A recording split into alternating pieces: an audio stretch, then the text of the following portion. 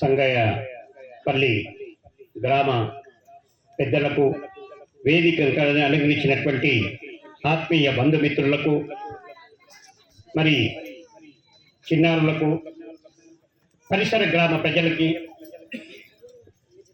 అందరికీ కూడా ప్రత్యేకంగా ఈరోజు శుభాశీస్సులు అందిస్తూ, ఇంకా వయసులో పెద్దవారుంటే శుభాకాంక్షలు అందిస్తూ, మరి ఇంతకుముందే అనుకున్నట్లు మన సంగయ్యపల్లి గ్రామ ఆంజనేయ స్వామి శివాలయ అనుష్ఠానంతో ఉన్నటువంటి ఈ ఆలయం ఎంత ప్రశాంతంగా మాకైతే మనస్సు పులకరించేటట్లు ఉన్నటువంటి వాతావరణంలో ఈరోజు చిన్న మేమందరం కలిసి చిన్న మర్రి విత్తనాలు వేసినట్లు మీరందరూ రేపటి నాడు మహావృక్షాలుగా చూడండి. మర్రి విత్తనం ఎంత ఉంటుంది చూశారు కదా, మర్రి పండు కింద పడితే చూడండి ఆవగింజ కంటే కూడా చిన్నగా ఉంటుంది.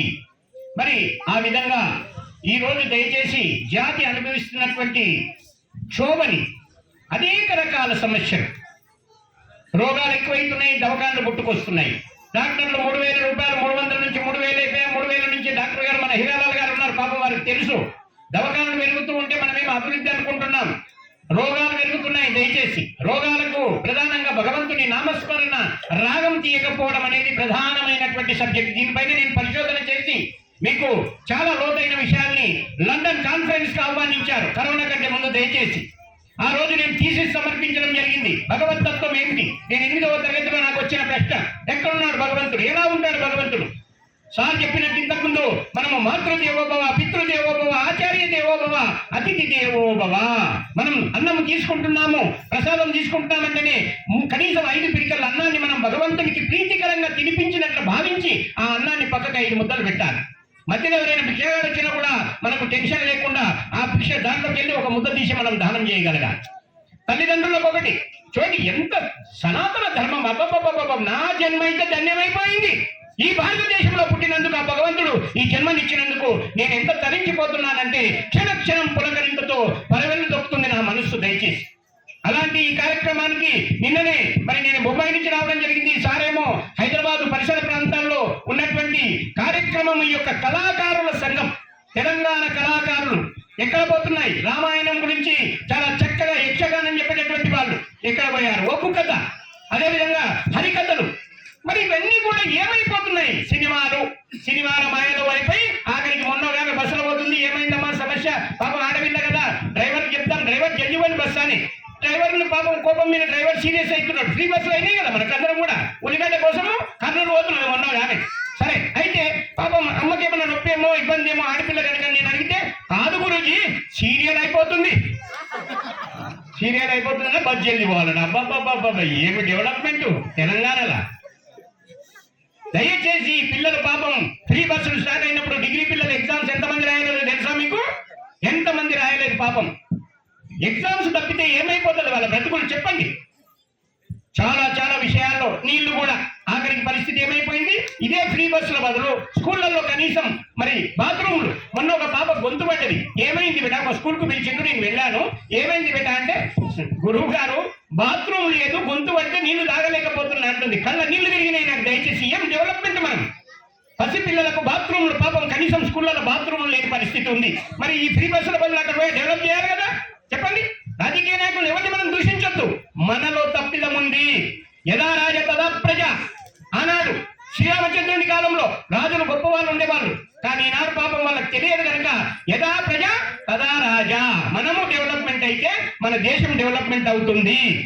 ఏ మోడీ వచ్చి డెవలప్ చేయాలంటే ఎంతమంది మోడీలు వస్తారు చెప్పండి? అయిపోయింది మోడీ ఏంటి పాపం. తల్లి చనిపోతే కూడా 2 గంటలు తీసుకున్నటువంటి గనుడు మోడీ. నాకు మోడీ అంటే పెద్దగా ఏదో నా బంధువేం కాదు, కానీ దేశం కొరకు పాపం సేవ చేస్తున్నటువంటి గనుడు మోడీ. మన బీజేపీలో ఎంతమంది ఉన్నారు? దాంట్లో మన దద్దమ్మలు ఉన్నారు.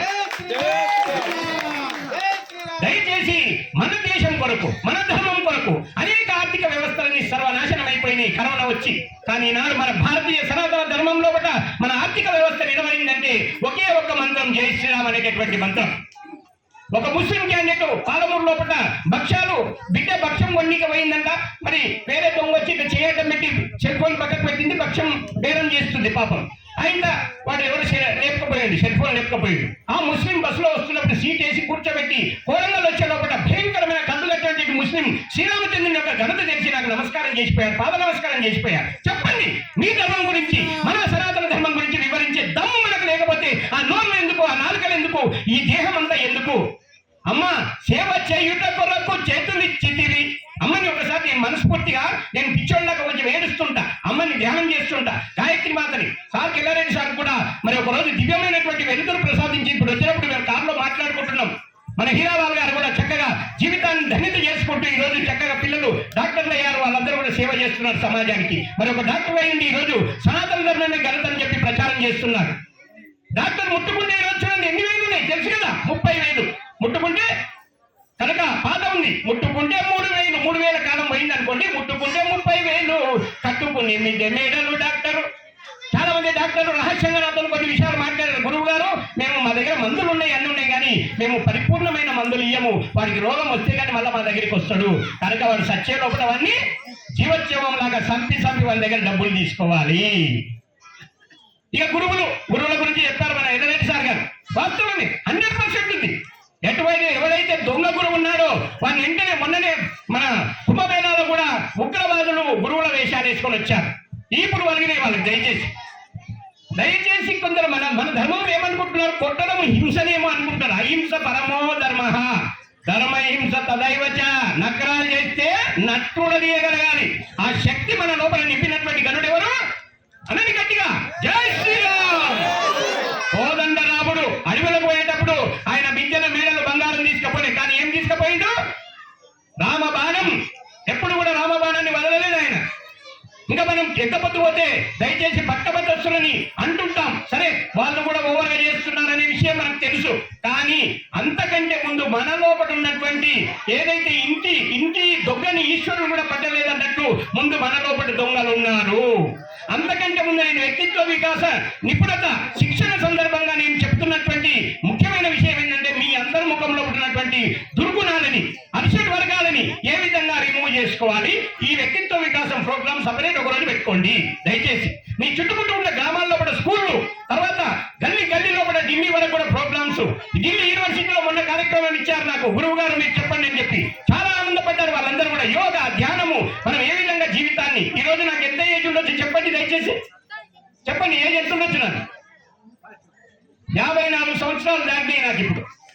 ఇప్పటికి కూడా నేను వెంటనే ఇప్పుడు సూర్య నమస్కారాలు కానీ, శీర్షాసనం కానీ, ఇంకా ఏదైనా కూడా ఒక కనీసం 10 మంది దుర్మార్గులను మనం కొట్టగలిగే దమ్ము మనలో ఉండాలి. కానీ అదంతా సులభం కాదు. ఆంజనేయ స్వామి మనకు నిలువు నిదర్శనం. ఆంజనేయ స్వామి ఆ యొక్క రామనామ మంత్రాన్ని ఆస్వాదన చేయడం, ఆ యొక్క వాయుపుత్రుడు అంట మనం వాయునందనుడు చూడండి, అంటే గాలిని పీల్చే దమ్ము కూడా మనకు లేకుండా పోతుంది. ఎందుకంటే పాపం చేయడం వల్ల. మన లోపల ఎంతమంది పాపులు చూడండి, ఆనాడే చెప్తే. అందుకని పాపం అనేటటువంటిది అయితే ఇక అలాగని మళ్ళీ వేరే మతాల పాపానికి పరిహారం చెప్పలేకపోయింది. మనం పాపులమని 24 గంటలు నేర్చుకుంటా యేసు ప్రభు అనుకుంటా కూర్చోమన్నాయి. కానీ మన సనాతన ధర్మంలో పాపం అనేటటువంటి దానికి పరిహారము పరమాత్ముని పాదచరణాలని చెప్పి తెలియపరిచింది. కానీ చాలా మంది పాపాలు చేసి మనం ఏదో కుంభమేళ వైశానం చేసి చిన్నంత మాత్రాన మన పాపాలన్నీ పోయినాయని అనుకుంటున్నారు. సంతోషం, ఒక ఆనందం. కుంభమేళాలో కూడా ఎంత నీటి యొక్క జలం యొక్క pH వాల్యూ తెలుసా మీకు? 9.5 pH వాల్యూ. అంటే ఆల్కలైన్ వాటర్ కంటే కూడా ప్యూరిటీ ఉన్నటువంటివి కుంభమేళ నీళ్లు. ఎందుకు వచ్చినాయి ఆ నీళ్లు అర్థం చేసుకుందాం. కొంచెం జ్ఞానపీఠం కనుక అర్థం చెప్పాల్సిన అవసరం ఉంది. నేను వేరే గురువులాగా ఏదో విభూతి ఇచ్చేసి అప్రగతమని చేసేసి కథం మీరు పాదాల మీద పడడము, నాకు ఏమంటారు సమర్పణ చేసుకోవడం కాదు. కుంభమేళ నీళ్లు ఎందుకంత స్వచ్ఛంగా ఉన్నాయి? కరోనా టైం లోపల వచ్చినటువంటి ఆ యొక్క నీళ్లు పారేటటువంటి గంగాజలం నీళ్లు యాక్చువల్ గా మన కోటాను రూపాయలు మోడీ గారు పెడితే కూడా స్వచ్ఛత కాలేదట. కానీ కరోనా వచ్చినప్పుడు జనాలు ఎవరు కూడా దాంట్లో మునగలే కనుక శవాలు దాంట్లోనే, బట్టలు దాంట్లోనే, అన్ని గంగా నది వేస్తే గంగా నది ఎట్లా శుభ్రమైతే చెప్పండి. దయానంద సరస్వతి ఉద్భవించినటువంటి గంగా నది ఒడ్డున ఒక అమ్మ తన కొడుకుని పాపం ఆఖరికి ఆ శవాన్ని వదిలేసి ఏడ్చి శవాన్ని వదిలేసి బట్ట మాత్రం గుంజుకుంటుందంట. ఏమమ్మా అంతా నీ కొడుకు అంటున్నావు, మరి శవాన్ని వదిలేస్తున్నావు, ఏం చేద్దాం ఆయన పానం లేదు, నీకు నేనేం చేద్దాను చెప్పి బట్ట మాత్రం విలువైందని గుంజుకుంటుందట. అప్పుడు దయానంద సరస్వతి చూసి మహాజ్ఞానిగా అవతరించినటువంటి ఆ యొక్క సంఘటన, ప్రతి సంఘటనని మనం చూసి ఆలోచన చేయండి దయచేసి. తద్వారా మనకు ఒక జ్ఞానం ఉద్భవిస్తుంది. ఎవరిని ఒకరినొకరు హింసించొద్దు. సారథి హింసించుకుంటే ఏమైతుందంటే శాంతి అయిపోతుంది. నీవు ఎప్పుడైతే హింసించినవో ఆ పూర్తి నీకు సుఖం లభిస్తుంది, కానీ తర్వాత నీవు చాలా నష్టపోతావు. ఇక తాగుడు విషయం, తాగరా శ్రీరామ నామామృతం, ఆ నామమే దాటించు భవసాగరం. శరీరంలో అవయవాలని తన్మయత్వం చెందేటటువంటి పరిపూర్ణ స్థితి ఒకటి ఉంది. ఆ స్థితి పరమాత్మ యొక్క ధ్యానము. మనకు సినిమాలు వచ్చాయి, రామదాస్ సినిమాలో చూసింటారు. ఆ చెప్పు తీసుకొని అరిక మనకు మనకు తిరుపతి గుట్ట ఎక్కేటప్పుడు ఆయనకు అమ్మవారు దర్శనమిచ్చి, నాయన ముందా చెప్పులు తీసి పారేయరా నాయన, ఆ చెప్పుల వల్లనే నీకు ముక్తి మోక్షాల వైపు నువ్వు రాలేకపోతున్నావు. నీ యొక్క ఇద్దరు భామలు ఎవరు, ఆ మర్దళ్ళ యొక్క అందం చూసుకుంటూ ఆయన తన్మయత్వంలో మునిగిపోయినటువంటి అన్నమయ్య గారికి అమ్మవారే ప్రత్యక్షంగా వచ్చి, ఇంతకంటే ఘనమైనటువంటి ఆనందం ఉంది రా తిక్కోడా, ఈయన ఎందుకు మురిసిపోతావురా? ఇదే ఆధునిక కాలంలో మానవులకున్న అజ్ఞానం దయచేసి. అయ్యా, మురిపం అనేది చాలా డేంజర్, ముక్తికి అది పెద్ద ఆటంకము. ఉండొచ్చు నీ భార్య అందంగా ఉండొచ్చు, నీ భార్య అందాన్ని ఆస్వాదించు, తప్పలేదు. కానీ అంతకంటే పరమోన్నతమైనటువంటి పరమాత్మని పాదాల చూడాలనేటటువంటిది మహాన్నతమైన ఆనందం రా తిక్కోడా, అది తెలుసుకోవాలా అని మన నిరంతరం మన లోపల ఆత్మ శోభిస్తూ ఉంటుంది. ఆత్మ ఎవరైతే శాంతంగా ఉంటారో వాళ్ళ లోపల ఆత్మ ప్రకాశి చెప్తుంటది. ఎప్పుడు మనకు ఎందుకని చెప్తున్నా, ప్రతి పనికి నీవు వెళ్లే ముందు నీ ఆత్మ శోభని వినగలగాలి. నీ ఆత్మని ఎప్పుడైతే నీవు వినవో, నీ ఆత్మ యొక్క ఘోష ఎప్పుడైతే వినవో, నీ బ్రతుకు దుర్బలము. ఇది మొట్టమొదటి ఆయన గుర్తుపెట్టుకోండి దయచేసి. ఎందుకు శాంతం కావాలని ప్రశ్నించండి. ఎందుకు శాంతమే ఎందుకు కావాలి నేను అంటున్నా.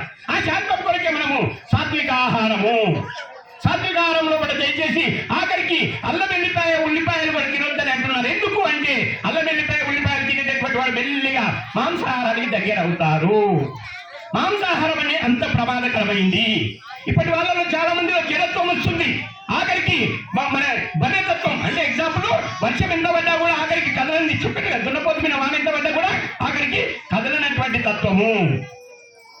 చిత్త ప్రకృతితో కోల్పోతున్నాము.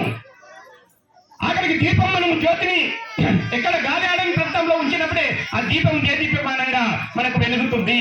మన లోపల కూడా ఆత్మజ్యోతి వెలిగించుకునే ప్రయత్నం చేస్తారని ఆశిస్తూ, మరి తదనంతరం మనం చక్కగా అందరూ కూడా వేదిక పైన కూర్చొని మనం హనుమాన్ చాలీసా, విష్ణు సహస్రనామ పారాయణం మన వెంకయ్య గారు నిర్వహిస్తారు. మరి దయచేసి ఎటువంటి సందేహాలున్నా నెంబర్ ఫీడ్ చేసుకోండి. నా సెల్ ఫోన్ నెంబర్ ఇస్తాను, చరవాణి సంఖ్య అంటారు దాన్ని. ప్రతిదీ తెలుగులో కూడా పదాలు కూడా అర్థం చేసుకోండి. మరొకసారి పిల్లలకందరికీ సంస్కృత భారతి తరఫున మనము శిక్షణ ఇద్దాము. రాబోయేటటువంటి రోజుల్లో సంస్కృతం చాలా గొప్పది.